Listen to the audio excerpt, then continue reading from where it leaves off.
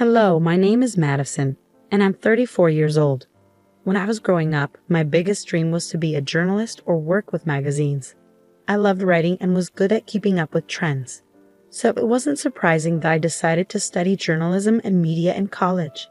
After I graduated, I worked for several companies, but none of them were the big famous ones. I didn't mind because I was doing what I had always dreamed of. Eventually, I got a job at a pretty big company and felt like I had finally made it. A few years after I graduated college, when I was about 28, I met my husband, Scott. Scott's family was pretty wealthy and had their own business.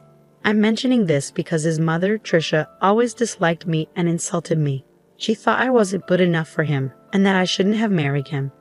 Scott and I dated for about 3 years before we decided to get married. As I mentioned, Scott's mom, Tricia, didn't like me. She always put me down and made fun of me for working at a magazine and having a journalism degree. At first, her behavior really hurt me because no one should be treated like that. But for some reason, Tricia thought it was okay to treat me that way. Scott always defended me against his mother. His dad, Fred, also stood up for me whenever he heard Tricia's remarks. I was thankful for both of them. As time went on, I started to get used to Tricia's insults. Scott even suggested that we limit contact with her. But I didn't agree. Scott worked with his dad, and if he stopped talking to his mom, it could make things awkward for Fred. Fred was a wonderful person, and I didn't want to put him in a tough spot. I also didn't want Scott to cut off his family because of me. I learned to deal with it mostly because we only saw Tricia twice a month at most. But things changed when Fred had to go overseas for a business project. Tricia didn't want to be alone, so Scott and I agreed to let her stay with us until Fred returned. I had a bad feeling about it, but I believed that family should always come first. Living with Tricia was really tough. She constantly nitpicked and criticized everything I did, and the insults never seemed to stop. But I could handle all of that as long as she didn't actually harm me. However, everything changed during 1 week that turned out to be really difficult. I had a major presentation coming up at work. We were redesigning a section of our magazine, and I was responsible for making it great.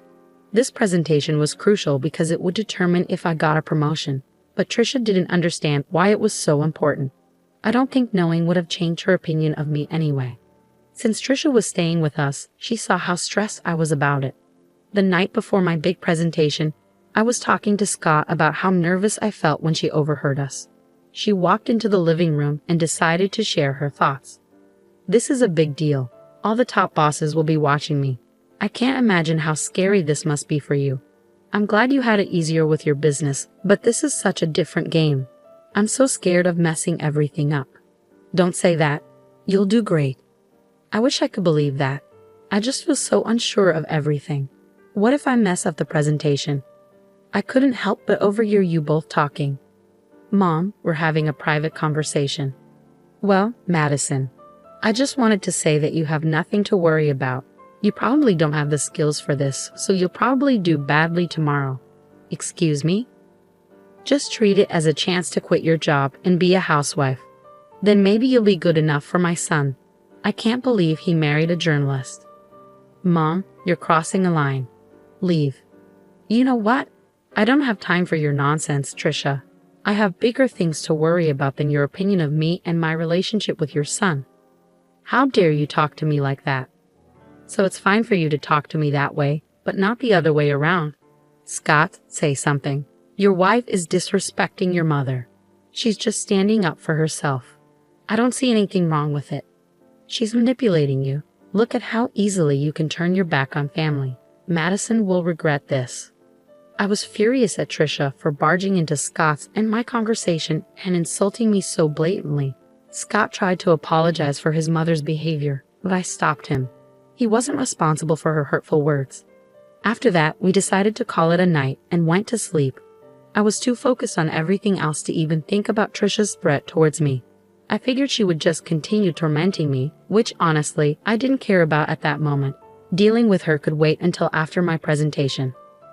The next day, I hurried into work with my laptop, ready for my presentation. But when I opened it, I realized something was terribly wrong. All the files on my desktop were gone, and my laptop had been reset. I started to panic. I had emailed the presentation to myself, so I tried to calm down. But when I logged into my email, I saw that all my emails were deleted, even from the trash. My heart sank and tears filled my eyes. I felt an overwhelming fear. I had to explain everything to my boss, who was not happy. He yelled at me for a while before telling me not to bother with the presentation because he had someone else do it in case I messed up. I knew then that any chance for me to advance in the company was gone. I couldn't believe this was happening. I rushed home in tears. Scott hadn't left for work yet, and when he saw me, he took the day off to be with me. He held me as I cried, and when I calmed down a bit, he asked me what happened. "What's wrong, honey? Did the presentation not go well?" There was no presentation, at least not one that I gave. Huh? What do you mean? You put so much effort into preparing for it. You hardly slept those past few days because you were working so hard. I know, but when I got there, I opened my laptop and found out that everything had been deleted. What? How did that happen? I don't know. It was really embarrassing and humiliating to have to explain it to my boss. Wait, did you not back it up somewhere else? Yeah, I emailed it to myself, but even my inbox and trash were emptied. Oh my God, I'm so sorry this happened. What did your boss say? He yelled at me a lot, called me unprofessional and lazy. He had someone else do the presentation. But you still have your job, right? Yeah, but I'm stuck in this position. I can't move up or get promoted. I'm done here. Don't worry, honey. You'll find a better job. I'll be here for you through it all. Just keep working here until you're ready to leave. Yeah, I'll give my notice now. I can't believe I worked so hard for this, and just when I was close, it slipped away. I felt really down after that. I take pride in doing well on my projects, so what happened was really tough for me. It was traumatic, to say the least. I wasn't given any more important work at my job. I held off on quitting, but after another week, I knew it was time. I handed in my notice and waited for my time to be up.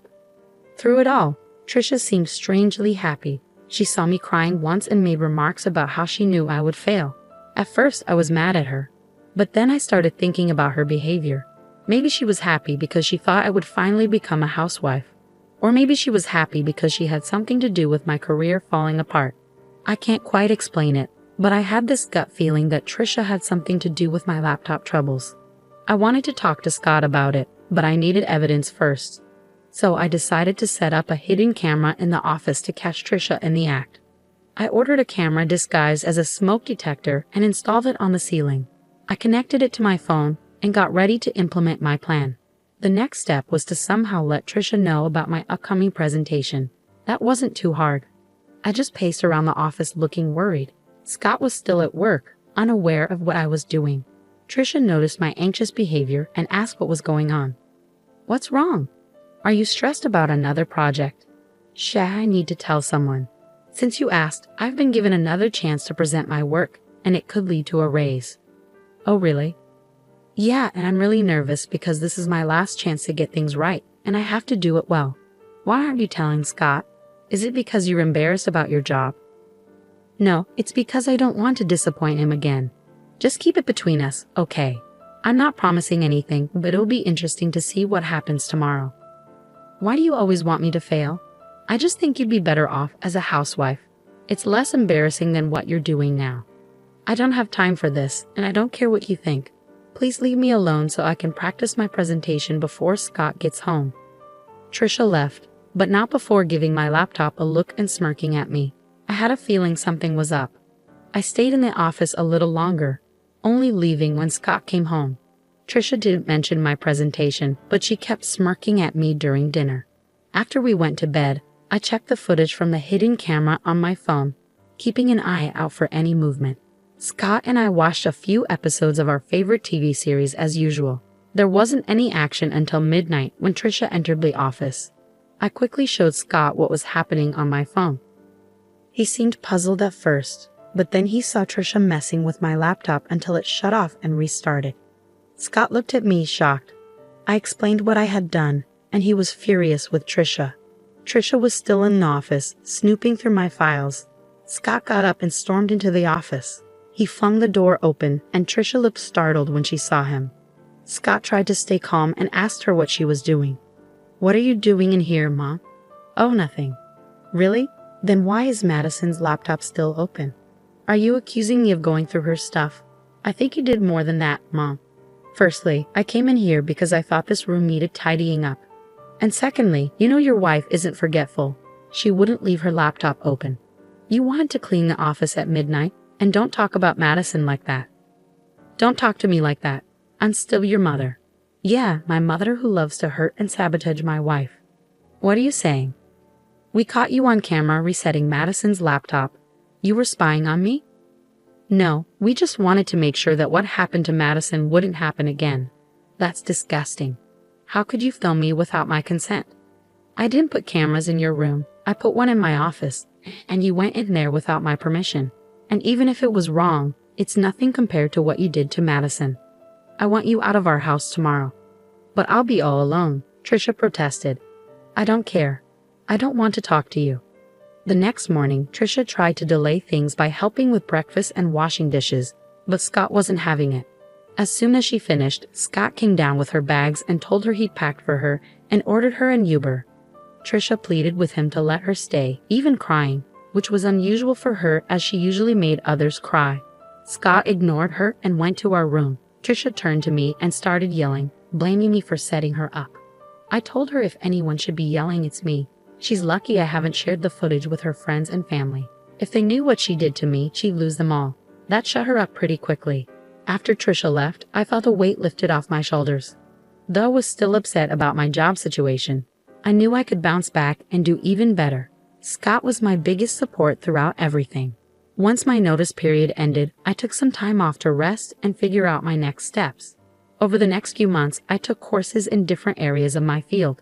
I knew if I focused on a specific niche and found the right job, I could achieve a lot more. I didn't want to expose Trisha, but after years of her putting me down, I wanted to show her what I was capable of. I wanted to reach heights even she hadn't seen. With Scott's help, I got recommendations in various places. Being wealthy also meant having many connections, which was a huge advantage.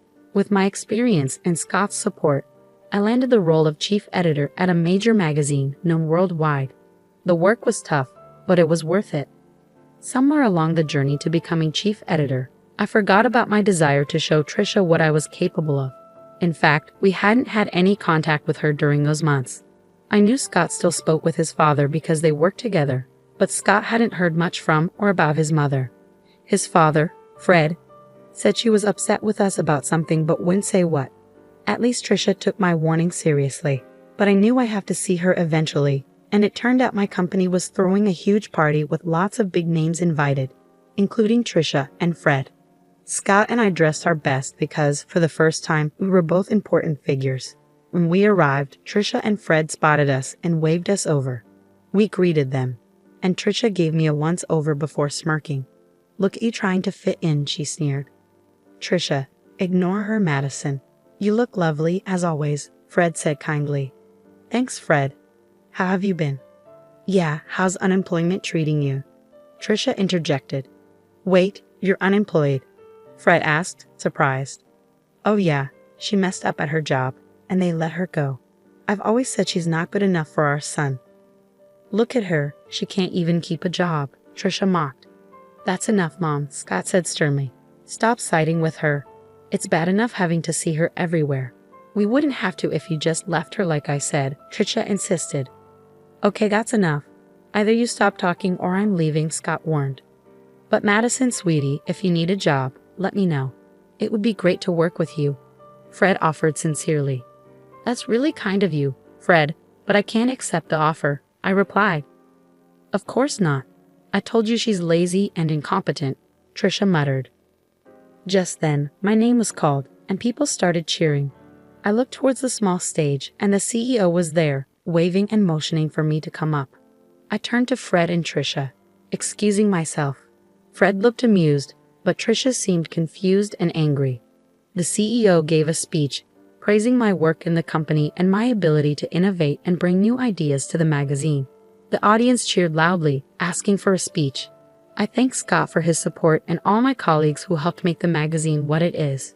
I ended by thanking the one person who doubted me because their negativity pushed me to be better. As I walked off the stage, everyone stopped me to congratulate me and ask about the unnamed critic, but I kept that to myself. I made my way over to the table where Fred, Trisha, and Scott were seated. Scott hugged me tightly, congratulating me, and Fred stood up to hug me too. Trisha glared at me. "Oh, Madison, this is amazing. I can see why you wouldn't want to work with us," Fred said. "Thanks, Fred. Although I'll admit, if you'd offered me the job about 6 months ago, I might have taken it." "You should have. At least then you'd be paid more," Trisha snorted. "Paid more? I could never put a price on this," Fred replied. "Right. She's not worth all that money," Trisha scoffed.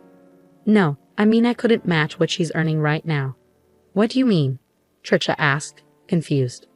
"Do you want me to tell her, Madison? It might come off as boasting if I say it," Fred offered. "Madison makes at least 5 times more than I do in her current position," Fred revealed. "Here? How? Oh yeah, she must be making way more than Scott or I could ever imagine," Trisha exclaimed. "That can't be right. You must be mistaken," Trisha insisted. "He's not mistaken, Mom. I really did mean it when I thanked you. You've been nothing but a bully to me, and I hope seeing me more successful than anyone in your family stings. Anyway, I have other people to talk to. Excuse us, Trisha. Fred, feel free to join us anytime." "Goodbye," I said as Scott and I left a stunned Trisha at the table. Fred laughed and raised his drink to me as Scott and I walked away. I'd never felt more alive and satisfied. It was an incredible accomplishment, and I'm grateful to Scott for his support. Thanks for listening.